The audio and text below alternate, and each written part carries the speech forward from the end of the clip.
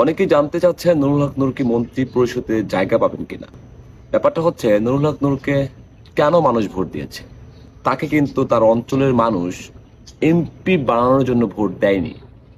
তাকে ভোট দিয়েছে তার নেটওয়ার্ক ক্যাপাসিটি, তার সক্ষমতা, তার গ্রহণযোগ্যতা এবং তিনি রাষ্ট্রের গুরুত্বপূর্ণ ব্যক্তিদের মধ্যে একজন, এবং সেই জায়গার কারণে তাকে মূলত ভোট দিয়েছে। বাংলাদেশের দক্ষিণ অঞ্চলে একটা বাণিজ্যিক এলাকা এখন পর্যন্ত হয়ে ওঠেনি।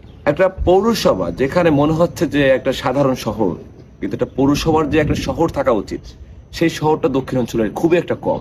গ্রামের রাস্তাঘাট এখনো কাঁচা, শিক্ষা প্রতিষ্ঠান এখনো বেঞ্চ ভাঙা, স্বাস্থ্য খাত এখনো 50 শয্যা বিশিষ্ট হসপিটাল।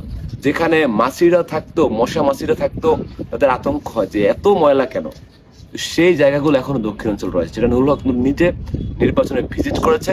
এবং জনগণের একটাই চাওয়া, শিক্ষা, স্বাস্থ্য, রাস্তাঘাট, এলজিটি, এই জায়গাগুলো দক্ষিণ অঞ্চল খুব পিছিয়ে রয়েছে। এখন আলাপ হচ্ছে নুরুল হক নূর আসলে মন্ত্রণালয়ে জায়গা পাবেন কিনা। তিনি জনগণের ম্যান্ডেট নিয়ে আসছেন সংসদে।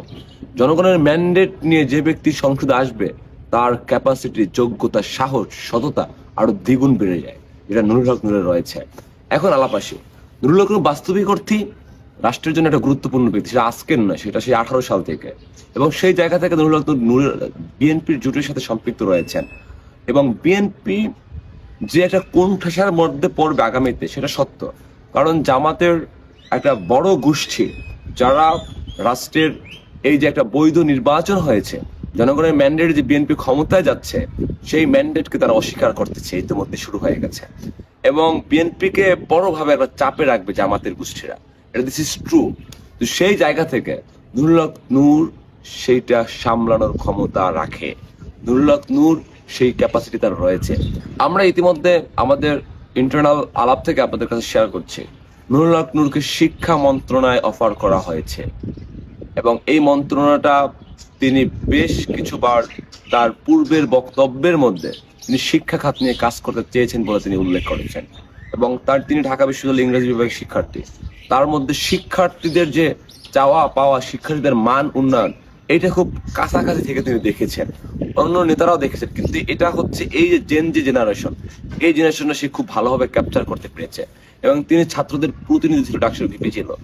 এই যে সবকিছু সমন্বয় করে তাকে বিএনপি থেকে অফার করা হয়েছে শিক্ষা মন্ত্রণালয়। নতুন বাংলাদেশে দক্ষিণ অঞ্চল থেকে একজন হেভিওয়েট মন্ত্রী পাচ্ছে বলে আপনারা আমার কথা দিতে পারছি। যে মন্ত্রণালয় দেওয়া হোক, এবং সেই মন্ত্রণালয় যেন আগামীর বাংলাদেশের রাজনীতিতে যেন একটা ফল ফ্রুসুক হয়ে থাকে, যেন সোনালী অক্ষরে লেখা থাকে যে এই মন্ত্রণালয় নুরুল হক নূর চালিয়েছেন।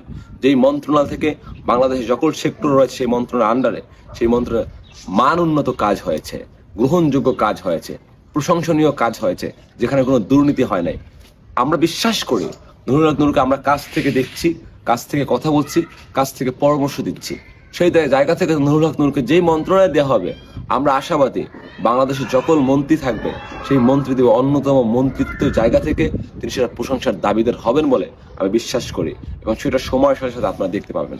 একই সাথে আমি বিশ্বাস করি বাংলাদেশের ভাগ্যের পরিবর্তনের জন্য যুগে যুগে যেভাবে সৃষ্টিকর্তার থেকে গড গিফট কিছু মানুষ পাঠায়, আমরা সেরকম একটা মানুষ সংসদে পেয়েছি। এই জন্য আমরা সৃষ্টিকর্তার কাছে আমরা কৃতজ্ঞতা প্রকাশ করছি। যারা দক্ষিণাঞ্চলের মানুষ শ্রম দিয়েছেন, কষ্ট করেছেন, আপনাদের কাছে ডোরে ডোরে গিয়েছি, দরজায় গিয়েছি, ঘাটে গিয়েছি, বাজারে গিয়েছি, কোলায় গিয়েছি, খেতে গিয়েছি, আপনাদের সকলকে ডিস্টার্ব করেছি, কিন্তু আপনারা আমাদেরকে সেই সম্মানটুকু দেখিয়েছেন।